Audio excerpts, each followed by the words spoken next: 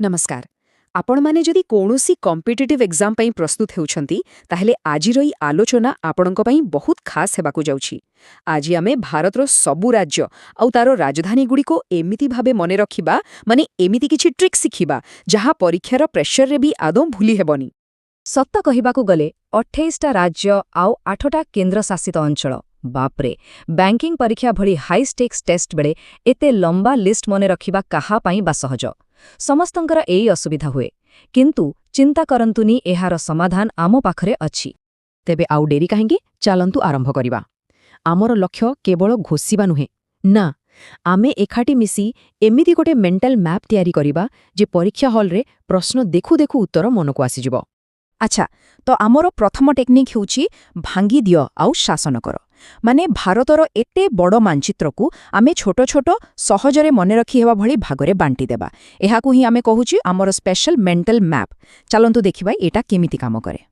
देखंतु जेतेबेले आमे राज्यगुडीकू भौगोलिक अंचल हिसाबरे सजेई देउछे सेतेबेले 28टा राज्यर सेई डराउथिबा लिस्ट हठात केते सहज आउ छोटो छोटो ग्रुप रे बदली जाउची नय कि।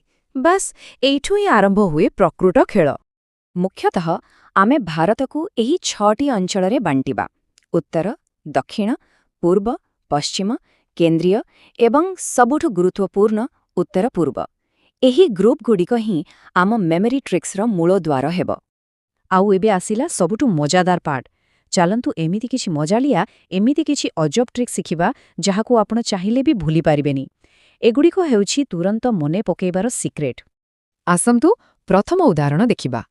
अरुणाचल प्रदेश राजधानी ईटानगर। केमती मने रखिबा भाबंतु अरुण बोली गोटे पिला अछि से जेतेबेले रागी जाए से कोन करे सीधा इट्टा फोपाड़े तेणु अरुणरू अरुणाचल प्रदेश आउ ईटारू ईटानगर केते सहज। आउ गोटे देखंतु नागालैंड राजधानी कोहिमा। आखि बन करी भाबंतु गोटे विराट नाग साप आउ ता मुंडरे चकचक करुछि विश्वप्रसिद्ध कोहिनूर हीरा। नागरू नागालैंड आउ कोहिनूररू कोहिमा। एही छबिटा मनेरे रहिगले उत्तर आउ केबे भी भूल हेबनी। हाँ सबुबेले किछि अजब कहानी दरकार नाही। किछि किछि राजधानी तो सीधा साधारण ज्ञानरू ही मने रही जाए। जेमिति कि गुजरात राजधानी गांधीनगर और एहार कारण तो आमे समस्ते जानू महात्मा गांधी गुजरातर थिले। एते सरल। आउ एबे शब्दकू नेई गोटे मजादार ट्रिक देखंतु। त्रिपुरा राजधानी आगरतला। आपण जदि कौनसी ट्रिप्रे जाउछंती तेबे घरे कौन पकेइकी जिबे निश्चय ताला पकेइबे। तो ट्रिप्रू त्रिपुरा आउ तालारू आगरतला।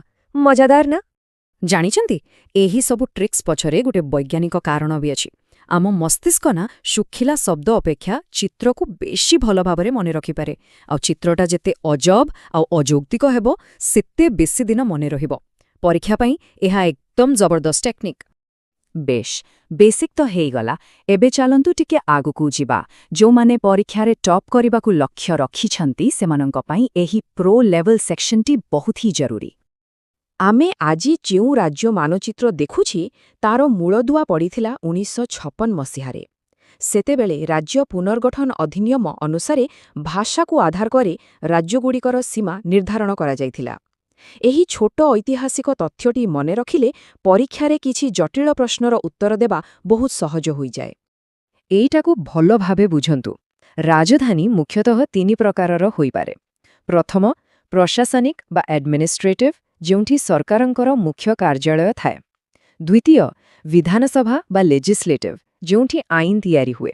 आउ तृतीय न्यायिक बा जुडिशियल जोंठी राज्यर हाईकोर्ट थाए। परीक्षा रे एइथिरु बहुत प्रश्न आसे। आउ किछि राज्यरे एही तीनोटी काम अलगा अलगा सहर रे हुए। टिके एई टेबल को देखंतु। जेमिति महाराष्ट्र तार मुख्य राजधानी मुंबई किंतु शीत दिने विधानसभा अधिवेशन नागपुर रे बसे। सेमिति केरलर राजधानी थिरुवनंतपुरम किंतु तार हाईकोर्ट अछि कोची रे।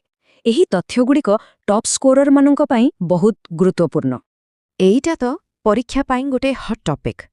जम्मू और काश्मीर रो 2टी राजधानी गोटे ऋतुकालीन पाणीपाग जोगु ग्रीष्मकाल रे राजधानी होची श्रीनगर आउ शीतकाल रे सबु किछि जम्मू को स्थानांतर होई जाए। एकदम यूनिक केस। ଆଉ ଗୋଟେ ସ୍ପେଶାଲ କେସ୍ ଯାହା ପରୀକ୍ଷାରେ ବାରମ୍ବାର ପଚରାଯାଏ ତାହା ହେଉଛି ଚଣ୍ଡିଗଡ଼। ଏହା ନିଜେ ଏକ କେନ୍ଦ୍ରଶାସିତ ଅଞ୍ଚଳ ଆଉ ଏକା ସାଙ୍ଗରେ ଦୁଇଟା ରାଜ୍ୟ ପଞ୍ଜାବ ଆଉ ହରିୟାଣା ଉଭୟଙ୍କର ରାଜଧାନୀ। ଏହାକୁ ଭଲ ଭାବେ ମନେ ରଖନ୍ତୁ।